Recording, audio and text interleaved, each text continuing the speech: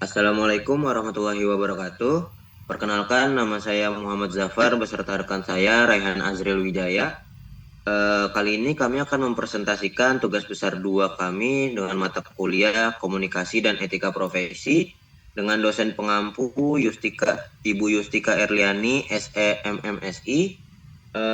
Dan judul presentasi kami hari ini yakni adalah menggunakan media sosial secara santun. Next.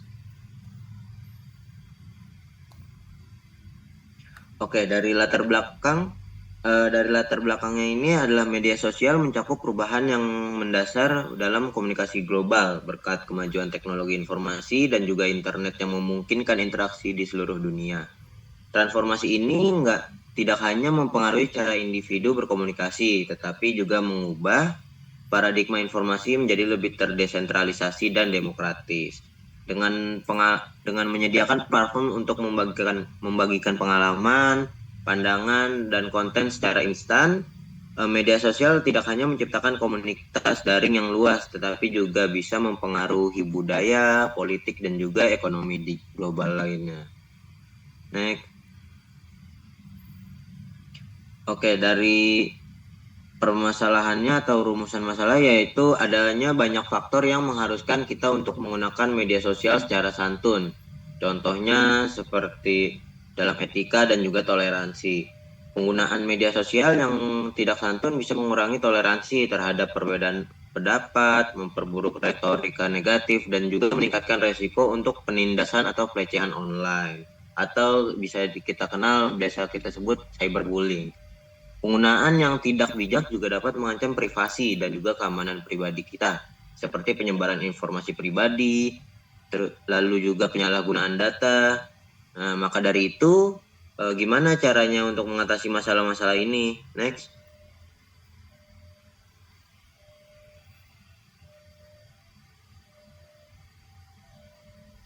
Oke, di sini ada cara menggunakan media sosial secara santun. Yang pertama ini ada berbagi informasi yang akurat dan juga bertanggung jawab. Yang dimaksud berbagi informasi akurat dan bertanggung jawab itu bagaimana? Nah, contohnya itu seperti penjelasan yang di PowerPoint ini, pentingnya mengetahui tentang bahaya menyebarkan informasi palsu atau hoax di media sosial. Nah, dan juga hal ini dapat merugikan individu dan merusak kepercayaan masyarakat terhadap informasi yang mereka terima. Jadi, uh, jika kita ingin membagikan informasi ataupun berita-berita terbaru, pastikan dahulu bahwa informasi dan ataupun berita tersebut bukanlah berita palsu ataupun hoax. Jadi sebelum menyebarkan pastikan dulu keaslian dan juga kepastian dari berita tersebut. Oke, yang kedua itu ada berpikir sebelum mengirim. Berpikir sebelum mengirim ini itu pertimbangkan dampak dari setiap postingan ataupun komentar sebelum Anda membagikannya. Pastikan itu sesuai dan tidak menyakiti perasaan orang lain. Jadi sebelum kita mengirimkan komentar ataupun mengirimkan sesuatu chat ataupun ya semacam komen itu pikir lagi. Jangan sampai ada dari tulisan kita ini menyakiti ataupun uh, menyinggung hati orang lain gitu. Oke, next. Selanjutnya ada cara menggunakan media sosial secara santun. Yang ketiga ada hormati opini orang lain. Jika Anda tidak setuju dengan sesuatu, sampaikanlah pendapat Anda dengan hormat. Hindari perdebatan yang tidak perlu atau yang bisa menyulut emosi. Yang keempat, jaga privasi dan keamanan. Lindungi informasi pribadi Anda dan orang lain. Jangan membagikan informasi yang bisa membahayakan keamanan seseorang. Yang kelima, ada menggunakan media sosial untuk membangun komunitas yang positif. Dapat mendukung gerakan sosial yang baik, menyebarkan informasi bermanfaat, dan mempromosikan kebaikan. Selanjutnya, menggunakan media sosial secara santun bukan hanya untuk minimalkan dampak negatif, tetapi juga memberikan kesempatan untuk menciptakan dampak positif yang signifikan dalam hubungan sosial. Pertama, ada membangun hubungan yang baik, menciptakan lingkungan di mana orang merasa didengar, dihargai, dan terhubung dengan baik satu sama lain. Selanjutnya ada menumbuhkan kepercayaan dan kebijakan.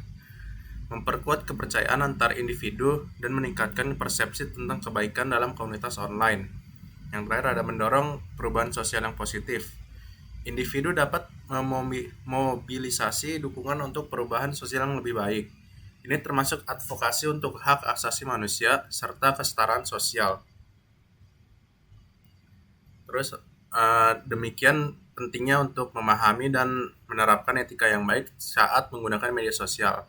Hal ini tidak hanya untuk kebaikan diri sendiri, tetapi juga untuk menciptakan lingkungan online yang lebih baik dan aman, dan bermanfaat bagi semua penggunanya. Mari kita jadikan media sosial sebagai wadah untuk berbagi inspirasi, menyebarkan kebaikan, dan membangun komunitas yang harmonis. Dengan menggunakan media sosial secara santun, kita dapat menciptakan lingkungan online yang lebih positif dan inklusif. Mari mulai dari diri sendiri untuk mempengaruhi perubahan positif di dunia maya.